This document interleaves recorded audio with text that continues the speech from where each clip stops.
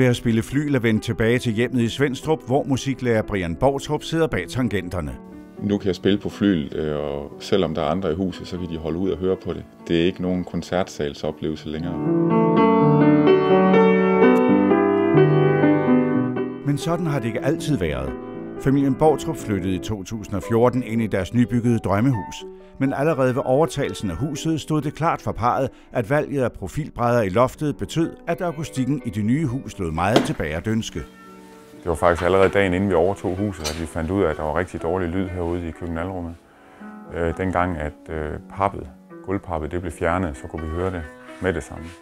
Dagen efter til afleveringen af huset, der var lyden så dårlig herude, at vi kunne ikke få lavet de sidste aftaler med det firma, der har bygget huset. Så vi blev nødt til at gå ind i et andet lokale simpelthen, for at kunne høre hinanden. Profilbrædder i træ blev ofte valgt som loftbeklædning i nybyggerier. Men kombineret med en stilren indretning med hårde overflader, kan det betyde en rigtig dårlig akustik. Vi blev rigtig ked af, dengang vi fandt ud af, hvor dårlig akustik der var her i køkkenalrummet. Vi har brugt rigtig mange penge, og vi har brugt flere år på at købe grund og få tegnet huset.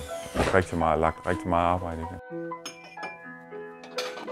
Når vi for eksempel har tømt opvaskemaskinen, så har det larmet rigtig meget ved at lægge bestik i skufferne og sætte tallerkener på plads.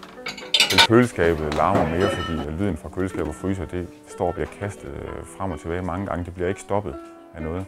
I 1,5 år var parret stærkt generet af dårlig akustik i deres nybyggede drømmebolig.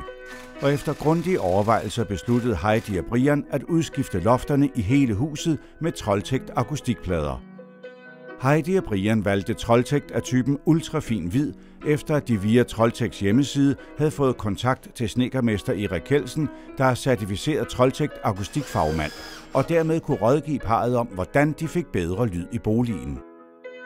Erik Kjeldsen vurderede, at familien Boutrup ville opnå det bedste resultat, hvis de eksisterende profilbrædder blev pillet ned, og Trolltekt blev monteret direkte på forskallingen.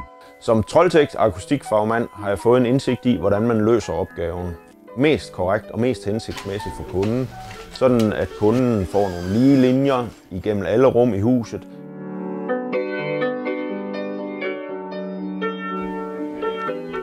Vi ved godt, at det ikke var nødvendigt at skifte lofterne i hele huset. Det var primært her i køkkenalrummet og i stuen, at vi havde problemerne. Men vi valgte at gøre det i hele huset for, at det skulle være ens. Vi har fået lavet det sådan, at linjerne de passer både på den ene og på den anden led, så det giver en god symmetri i huset.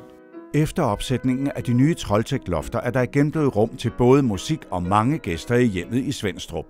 Heidi og Brian kunne sågar fejre deres bryllup helt uforstyrret sammen med venner og familie. Det betød meget for os, at vi kunne holde brylluppet herhjemme. Det var den måde, vi havde ønsket at holde det på, og det ville vi ikke have kunne gjort, som det var her før.